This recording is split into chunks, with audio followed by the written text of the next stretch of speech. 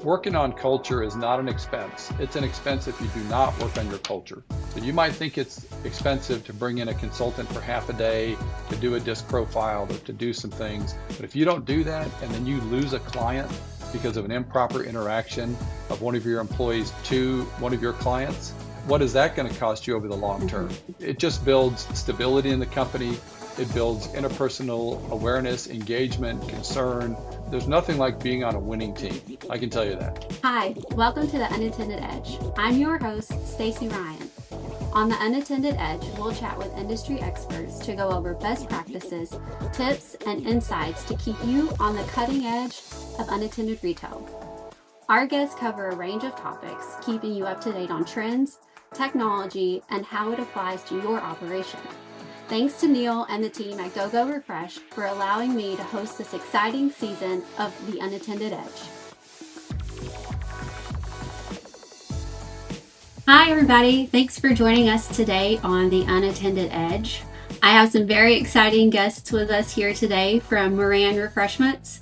I have Patrick Moran and Elijah Schmunk. Hi, guys. Thanks for being here today. Our pleasure. Thank you for having us, Staci. We are delighted to be on the Unattended Edge. Yes, thank you, Staci. Glad to be here. I wanted to give you guys a chance to introduce yourselves. Patrick, I'll start with you and just give you the floor. What is it that you like the audience to know about you, what our listeners should know? How did you get started in this business, and what does your business look like today? Just a little snapshot of how you came to be where you are. Sure, I've been in the business 36 years now. And back in 1990, my dad and I got to talking about the possibilities of our own business. And he had just recently purchased a very small operation. When I say small, maybe 27 machines. None of them took dollar bills. I wasn't sure if it was a good idea or really just a terrible idea. And so I left my job in management in Oklahoma. I'm in Texas now, and lived about a month in his utility room while he and I decided to explore the opportunity and options of a partnership, which we did. And so in 1990, he and I formed a partnership and started in the family garage. And we live in a great country, so a few good decisions, hard work out of some bad decisions. And here we are 36 years later. I purchased my dad's half about 10 years ago, and he has since passed away. But we carry on in the Moran Refreshments world. I was able to work with him 25 years, and then through that time got involved in the TMVA State Association, which is the state branch of NAMA, and then began to work on the NAMA board. And so I've served in a variety of capacities in the industry, from the state to the national, but I've always owned and operated this company, and just delighted to do so. I love that. That's a really very similar story to so many operators out there. It started in the basement of our house or in the utility room, and we just moved on up from there. I think a lot of people will be able to relate to your story. There's just no question about that. Yes. What about you, Elijah? How did you come to join Moran Refreshments? Yes, yeah. So I am Patrick's general manager. I run the daily operation here at our branch in East Texas. I came to know Patrick after he was looking for a general manager for his operation, and we had connected via Indeed. I'm originally from the Portland, Oregon area, and it was just a stars-aligned moment when we got to know each other and visited about the opportunity, and everything just fell into place. So we've been working together about 3.5 years now, and are working through a season of growth and expansion and really getting the team and the organization into even better shape than in the past, and it's been a great partnership. He mentioned to me having you on the podcast would be a great addition to speak to the younger generation, because technology is changing so fast, AI and smart coolers and all the things that are coming. Well, and I'll comment on that, and as an aside, when Elijah and I were talking about him coming to work here and being our general manager, after 3 days, we went through all aspects of the company, and the final day, he said, I don't see how I fit in here, because this company runs, well, we were probably 95% vending at the time. And he said, everything just works. And I said, oh, we don't need you for where we are. We need you for where we're going. And that technology piece and the move into markets and pantry, use of AI data, Yes, this is why Elijah's here and why he's leading this company. I love that. That's so well said. Patrick, I'm going to ask you just a couple personal journey questions and how you got to be here. You mentioned you've been doing this 36 years and you started with your dad. And was there any time looking back when there were a couple of decisions, milestones, or turning points that really had an impact on the trajectory of the business that you could pinpoint and say, hey, that was it? And that could really influence where you guys ended up and where you are now. Yeah, without question. And the first example I'll give you is actually leads to more of a philosophical idea. But in 1994, we had been in business for 4 years and we did not sell food of any kind. We had no food machines. It was just snacks and drinks. And we made the decision to start carrying food from a local commissary and from Vistar. And that was a trajectory change. But the biggest thing is that opened our eyes to different areas. And so one thing that I think that did for us and that would do for even other operators that are earlier in their career journey or maybe later and just haven't done this is you always have to be willing to expand into another area. Coffee, tea, water, pantry service, food, whatever that next area is. And so we did that early in 94, and that opened my eyes to the possibilities of what else this business could be besides just snack and drink vending. My dad had a real vision and was very savvy businessman. And we won a bid that required us to put up what they called at the time consideration. That's upfront money. That's how much you're just going to give them. And we actually took a loan out to do that. But that certainly changed the trajectory of our company. It was a 10-year contract. I think that's another critical waypoint. I think another critical waypoint was in the early 2000s, the state of Texas was holding hearings on health and nutrition in public schools. And it was going to dramatically affect us, what they were considering, because about 50% of our business at the time were schools. And so after reading through the legislation, the proposed rules, the changes through the Texas Department of Agriculture, I drove down and signed up and testified at that hearing, just as a person who wanted to testify in the open testimony period of the hearing. But through that, I came to know the president at the time of TMVA, Tom Bergstrom, and through that acquaintance became much more involved in TMVA and later the president of TMVA. And really that was the beginning in my entrance into work with NAMA. And so I can put my finger on that one and say that getting involved and getting outside of my little circle here in Tyler was absolutely instrumental into opening up an entire world of information, networking, and understanding in this industry. I would say those three were really critical pivot points. And we could go through even more, but I think in the early years, those three were definitely critical decision-making points that put us on different. Yeah, I think that's really important. You're saying think outside the box. Don't get just bogged down in, I say this every episode it comes up. As operators, we wear so many different hats and you're just drowning in like the daily fires you have to put out that you didn't see coming. And so being able to look forward and try to separate yourself at least enough to look forward and set your future self up for success. That sounds exactly Yes. what you just said. Yes, no question about it.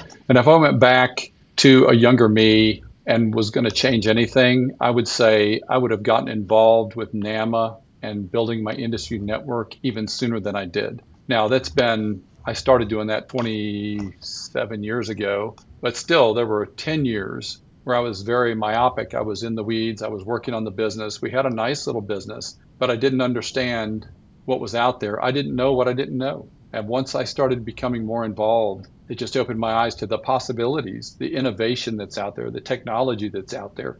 So I would certainly encourage any younger operators, new operators, take advantage of networking, take advantage of education, get involved. It's amazing what starts happening when you just show up. And I did mention at the beginning, and I should have, Patrick just finished up his term as chairman of the board for NAMA. So Correct. Yes.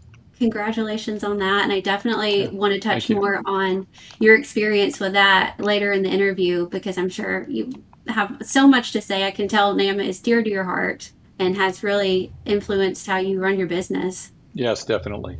So I also wanted to mention I picked up the NAMA magazine and saw you wrote an article in here in the winter edition, and I loved everything that you said here. And here's where we'll get into the meat of how I think you can offer some good tips for operators who are listening. And this article was about culture. the culture that you're building and taking care of the people who work in your organization.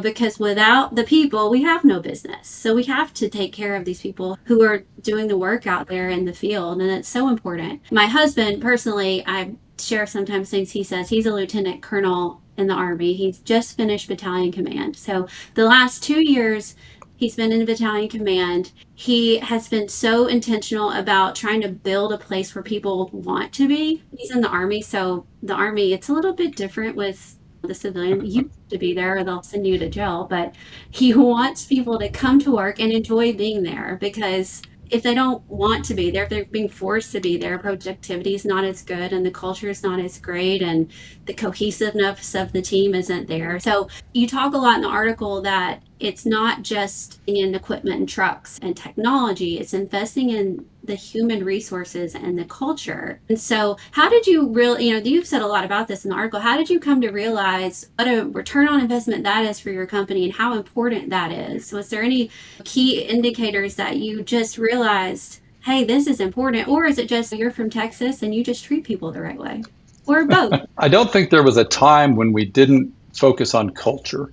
So it wasn't as though we had a business that was on fire and we just had to go back and figure out, well, what do we do? And then engaging in culture was just some kind of a strategy. But it really was developed as we grew our company. Because again, at one time it was me and my dad. But as we started adding people, we try to communicate to them a couple of things. One is the value of our clients. So when I think of culture, it's how we relate to those employees and that they know that they're valuable to us. And then how they respond to our clients. And both of those are important. And they would see me and my dad, we had a 2-hour response time to all service calls. And it didn't matter where you were, that meant in person at the call. So for years, I'd be running the route, the call would come in, we would stop what we were doing, drive to the place, respond to the service call, and then return to the route. When your employees see that by example, they start learning it. So now it's just not hollow words that customers are a priority, that we are client focused. The other thing is we very much accommodate our employees. If there's needs, if there's considerations, if they want to go to school, we'll adapt their schedule. And what people find out is that you really do care about their ultimate success. And there have been a number of people who've come through our business over the years who were on a path somewhere else. Maybe they were in college, maybe they had an entrepreneurial itch, but as long as we had them, I would tell them, what can we do to help you get where you want to go while you're here? So we've accommodated schedules or other types of support along the way, connections, opening doors. The people who work here with Elijah and I think know that we care about them. We want the best for them. This is not just a one-way street. I think not long ago, we had an employee who, while on the route, got a call from his wife, and she had broke down taking her mom to an appointment for a cancer treatment. And he called and he said, I've just got to try to get over there and get her to the doctor appointment. Well, my wife was nearby where she broke down. So I called my wife. My wife went over and got her, took him to the appointment. And I met the route man out with his car and we took care of the issue. But things like that may not be easy in the moment, but they're important. And if you do that time after time, you're building a culture of we're all in this together. When I ask them how their day's going and they tell me, good, how is yours? Well, my day is contingent upon their day. So I don't remember a time in not being intentional about the culture of the company, but what I do remember is the times that we've been intentional about it. So we bring in outside facilitators that help us either with disc profile or culture index to talk to us about the health of our team, about the health of our communication one to another. I send people to seminars that are not based, or we bring them in, not based even on our industry. Elijah organized for us a lunch and learn for the entire company that was on home buying, that was on refinancing, was on having rentals, had nothing to do with our business per se. It wasn't a matter of trying to sell them a home loan. There was nothing in it for us in that regard. But what it did was it brought new information. It was great for the company. It was good for us all to be together. It was so informative to many of our team members here. They really appreciated it. That again is about building the culture, team building exercises offsite. We do those annually. We have health days where we focus on CPR training and fire extinguisher training. All that builds the culture of togetherness. You're not just here for a paycheck.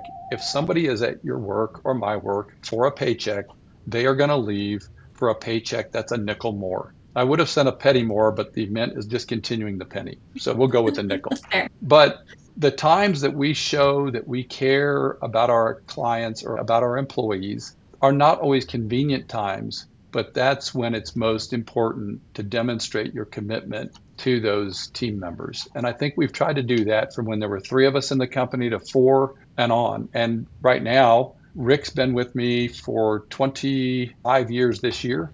Cliff has been here 20. Bob has been here 19.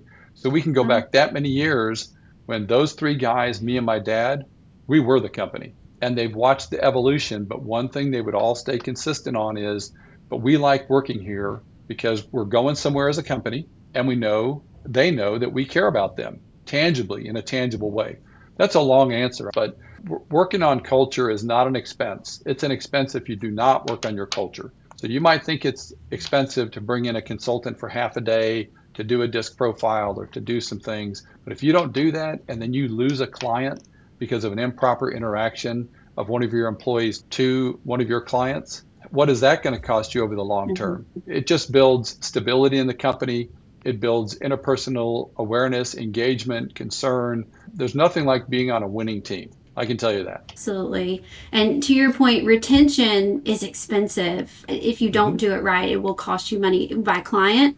Or if you have to replace a route driver or a warehouse employee, training somebody new, Yes. getting them on board. So making sure that they know what the interaction should be in the field, and then making sure they feel valued and want to stay. So if they are offered another job, they say, I'm never leaving Moran Refreshments. Are you crazy? I love it here. Yes. The refreshment industry is incredible. Amazing snacks, cold beverages, and fresh food delivered by cutting-edge technologies. But when something goes wrong, and it doesn't happen that often, or a customer just needs help, it's Zippy time.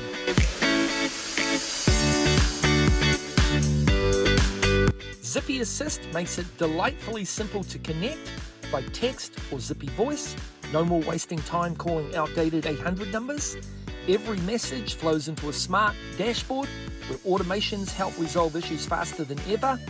Better service, happier customers, less hassle. Ready to see it in action? Start your free trial today.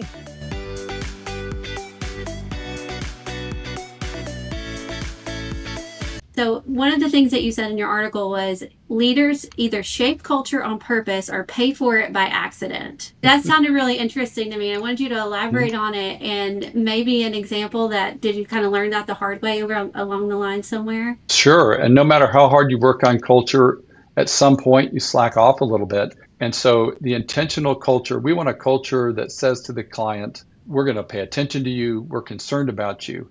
And we have had 2 times over the years where a client came to a route driver at the location and expressed a concern, and the response from that driver was a little bit of ambivalence. Don't know what to tell you. Sorry. Okay. We lost both accounts over that one interaction. The people were just so incensed. And again, in those moments, on the debrief or the autopsy of those with the driver, the question is, well, what were you thinking? Well, I don't know. Well, it's a reminder that you have to constantly reinforce that culture of response, commitment, caring, interaction, concern, because at the moment you let your guard down a little bit, then you're going to suffer. So, of course, the expense of that is we lost those accounts. Interestingly enough, we have both of them back. The wheel does turn.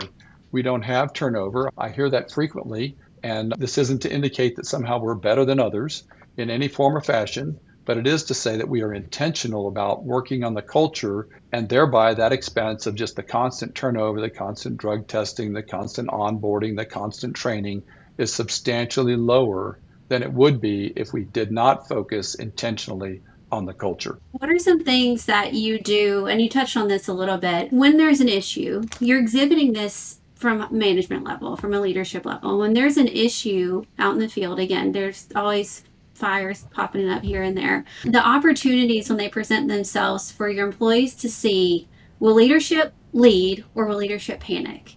It sounds like you guys are very intentional about training your leadership to make the right decisions and be able to exhibit examples that are positive. Yeah, there's a number of things there, and I'll try to hit them as best I can, really just in kind of each segment. So, number one being, how do we give the feeling to the team that, yeah, everything's calm, everything's in control? I think one of the biggest pieces is we have departments that have really been broken out over the years. So we have a service team. We have a team that handles customer service. We have a team that works in the warehouse, each with a department head. And I think having leaders that are empowered and encouraged to make decisions and not feel like they have to necessarily come to me with everything is valuable, because I think for the most part, we're all thinking through how to make the best decisions so we can add value. And so I think as long as you have a leader that is good, competent, has good integrity, in a position where they can make decisions, I think empowering them to say, you make the call and do what you think is best for the client. And should there be anything that we can do, that makes for a good coaching moment the next time around. And so our leadership team, for example, this is just those different ways that we have weekly or even daily kind of touch points that feed on our culture. We do a weekly leadership meeting every Thursday at 1. It's normally an hour to an hour and a half. And that's going to be all the supervisors gathering around the conference room at the table, and we normally are just throwing the issues and anything of importance out into the world so that we're aware of anything that we have to focus on, and then we'll talk about it. And it's an open forum. We can bring up things that we didn't do so well. We can bring up things that we think we did great at. We can talk about client issues, team morale. There's always space to talk about each of those things. And it's tough sometimes to admit that we didn't do something perfectly, or, hey, we fumbled on this, or, hey, we need to do this better. But it's that accountability that I think we can all work on with each other and say, hey, I could have done this better. As soon as somebody says that, yes, I could have as well, it makes for a more vulnerable, open environment. And so we try to get together every single week. One of the things we do monthly, again, kind of feeding into that culture, is we vote on a team member of the month. So the leadership team gets together and we bestow the title onto the person that has really shown our values just through their daily work. And we recognize them. We give them various prizes and incentives. 3.5 years ago when I started with Patrick, the environment that he's created, walking into the warehouse early in the morning when all the drivers are loading up with their fresh food and checking in their paperwork and all that. Everybody is running around, getting everything going at 6 o'clock. Back then it was even 5 o'clock. We were hitting the road. So it was good to see that, hey, this is a guaranteed touch point that everybody has with leadership every day. That's so valuable, because if you go days or weeks or months without seeing your supervisor, you may have thought about these things that, maybe from an outside perspective are little things that are annoyances. They're not big problems, but they can add up over time. And if you're just there every day to say, hey, how's it going? And you can just check in and see what you can do to help solve a problem for them, that's going to go a long way. So that's definitely something that we think is very important. And keeping the doors open, checking in regularly, warehouse walkthroughs at the end of the day when people are getting back for another guaranteed touch point, any of those things prove to be valuable for us. And it just keeps the open communication going with leadership. And I think helps them see that, again, we're all in this together. We're all trying to accomplish the goal. We may have different skills and we may have different focuses, but at the end of the day, we're all trying to refresh all the break rooms here in East Texas. And I think everybody feels that just with all these things that we have in place. Sure. So I hope that answers the question. Definitely. I think that there are some key takeaways there. I wrote down some notes here. There's a couple of things that you mentioned with your team huddles. I have seen some of my customers, other operators, be very successful with team huddles. There's a clear chain of command, so you know where you need to be. And then those weekly or sometimes daily huddles that you just bring up issues, because someone in a different department could tell a story that a person in another department can relate to. And in that time, when a situation happens, they have some experience to draw from because they heard someone else discuss a similar situation. So I think it's really important. Those team huddles, I have seen be wildly successful with other operators. That's great you're doing those. And then the other thing that you talked about that I love, and when my family owned an operating company, I was back there every day when the drivers came in. What'd you see? What can we do better? How can I help? Because if you give the drivers a platform to talk, they'll a lot of times they'll just start talking, and you will expose issues that you would have had no idea were existing with your customers otherwise. So just getting them talking is really Absolutely. important.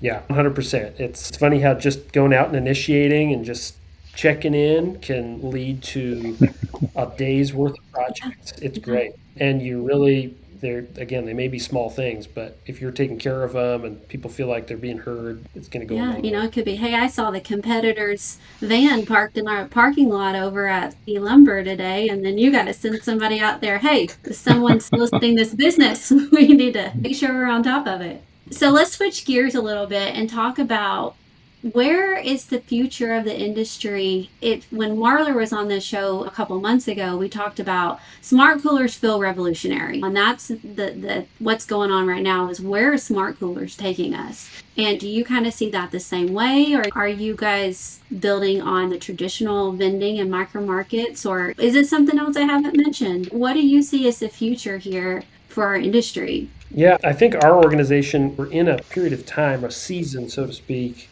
of growth and innovating and ensuring that A, we're not being too slow, we're not being too fast, B, and then C, we're being calculated and again, intentional about our strategy. I think a big shift came 3 to 5 years ago when we started transitioning from more traditional vending to more micro markets. And that was a very proven platform. You would see across the country, many operators were having success with the market concept.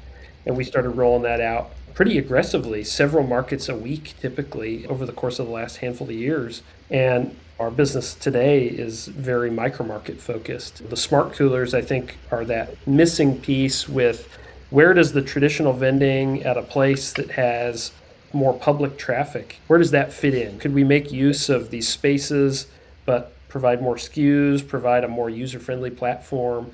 I think that's where the smart coolers fit in for us. And every year at NAMA, you see the new cutting edge tech that they're rolling out. It's exciting. And a lot of it, again, going back to what Patrick said earlier, the networking and talking with folks when you're at these, whether it's your state association or you're at NAMA and you're talking with other folks that do this too, maybe across the country or in the next state over even. You'll talk to them and hear about their experiences and you can see what works for them and what's been going well. And it sounds like the smart coolers continue to pick up steam. I think they're going to be a good solution. And I think as we get more data and there's more being said, more talked about from more operators, there's going to be just more fuel added to that fire, I think. We're going to see more adoption. And I think, of course, from the business perspective, we'll see the cost come down and we'll see the ease of access to that technology just continue to grow. And I could see smart coolers replacing a lot of vending accounts in time, adoption, efficiency, and cost. But I do think it's going to be a bright future for those that embrace the possibilities and step into it intentionally. Yeah, I think you hit the nail on the head. Is it's still, I think, playing out how it's going to be. I think this is very akin to the micro market explosion on the 2010s, and a lot of those companies don't exist anymore. So that's trying to determine what or smart cooler or the smart, because there will be a shakeout. So there's still a lot to learn, and I think this is a great segue in back to the NAMA conversation on being able to network and talk to friendly competitors or people across the country. What are you doing? What's your take on it? Which ones have you tried? So that NAMA network is crucial. And I want to flip back to Patrick for the last part of this and let you just talk a little bit. Like I mentioned before, you were chairman of NAMA and you have been a member of NAMA for decades now. And what is so important that if there's some operators who are listening who maybe aren't involved in the membership and maybe even some who are, I think that NAMA offers some support and opportunities that maybe people don't even know the extent to what exists. So, what are some highlights out there that would be helpful for operators that you could just mention about NAMA? Why should you join? Why should you be a member? What can it offer that's value to you personally and to your company? Yeah, I'm happy to reinforce the value proposition of NAMA, even for a small operator. And I think going back to even some of my further comments, the one thing I would have done sooner as a small operator is be a part of NAMA and then the local state TM council. And both of those really bring in the aspects that young operators, newer operators need, which is you need education and you need a network. So you're going to find both of those at NAMA. The education sessions, when I would come to NAMA, I would be at every education session the schedule would allow. So every time there was something or every meeting block time, I was in an education session, whatever that would be. And then I would be on the floor to follow up on either what I had learned or something new that I had seen on the floor. And in today's speed of technology, there's no place you're going to find all the AI. You can balance the new, the old, or the older. Seems like things become old quicker. The innovative, then moving booth to booth and talking to different people from different organizations, different tech companies, and finding this out. And then networking with people that are a little further down the road than you. I wouldn't say that I know everything, but I've just been down the road a little longer, and I've maybe made some mistakes that I could save you from. And so the operator that's small, that has joined NAMA and is trying to figure out if that money is worth it, it's worth it 100 times over. We would never be where we are if I had not engaged both NAMA and the state council.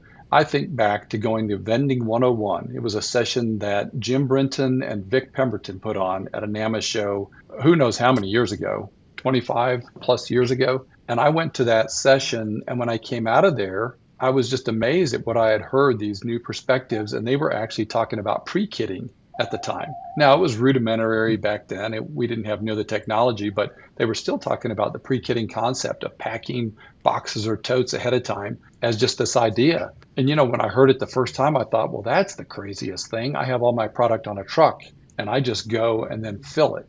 They were just men ahead of their time. So I think that's one example from my own experience of hearing concepts way ahead of time. I've been to sessions on theft review in markets and planogramming and category management and just all these sessions that time after time reinforce why I needed to be there at NAMA. It's just the place to be to learn to grow your business. None of us know everything in our own little place. And it's very myopic to sit in your hometown, wherever that may be, and think that you're going to figure this out when the resources are there and all those resources are waiting on is for you to show up and ask a question. So without question, education, networking, and seeing the future, great reasons to be a part of NAMA, well worth every dime. If the investment in NAMA seems too expensive, this reminds me of the quote about education. If you think education is expensive, try ignorance. Well, I would liken that to NAMA. If you think NAMA is expensive, try just wandering around blindly on your own, and you will turn your investment into nothing before you get it figured out. Absolutely. You and my dad were on the board together. He was on the board there for a number of years, and so huge proponents over here also. Convenience for Davis, member of NAMA, of course, as a supplier. If you're in it, you usually don't leave. You're a lifer once you get in this industry, and I love that. Well, thanks you guys for joining us today. Before I let you go, the way I always end our sessions here is just a quick speed round of questions. So just for fun, say whatever comes to your mind. You ready? Well, that's a dangerous proposition with the two of us. I can guarantee you that. You get ready to leave all this on the cutting room floor. Just say whatever comes to mind. Let the fun begin. Here we go. All right. Kind of all industry related questions. Bottle or can? Bottle. Bottle. Okay. Cash or credit? Credit. Credit. Cash. That's the way of the industry these days. Cream and sugar or black? Can you just do cream? Okay, yes. So typical. That's still that Portland coming out in you. Yeah. Yes. Black, the way God intended. Me too. Yes. Vending, micro market, or smart cooler? Oh, it's got to be micro market for me, Patrick. Well, I'm only going to follow Elijah on this one. Micro market. There you go. Absolutely. Micro market to the future. Although smart cooler, I think that's going to be part of your micro market package as we go along. But the one thing Elijah and I will both agree with, no offense to my vending machine brethren out there, but if we never put out a machine in the sense of a vending machine again, I don't think either one of us will shed a tear. I think you're right. That sentiment seems to be widening amongst our industry peers. Sandwich or a wrap? Sandwich. Yeah, sandwich. I don't have enough rhythm to rap.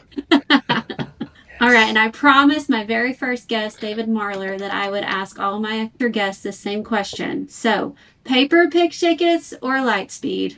Oh, wow. Despite the fact that it's for David Marler, light speed all the way. Yes, Light Lightspeed for speed. sure. There you Oh, yeah. go, right answer. Yeah, there's no question. If you're not doing that, again, you're not being efficient and your competitor is beating you to the punch. Hopefully, none of my competitors listen to this. Well, thank you so much, you guys. I think you shared some valuable insights that other operators can listen to and learn from, and hopefully make their operations a little bit more cohesive with their culture. I think that's super important. So, again, thanks for being here. I really appreciate it, you guys. You're welcome, Staci. It's been a pleasure being on the Unattended Edge. Thank you.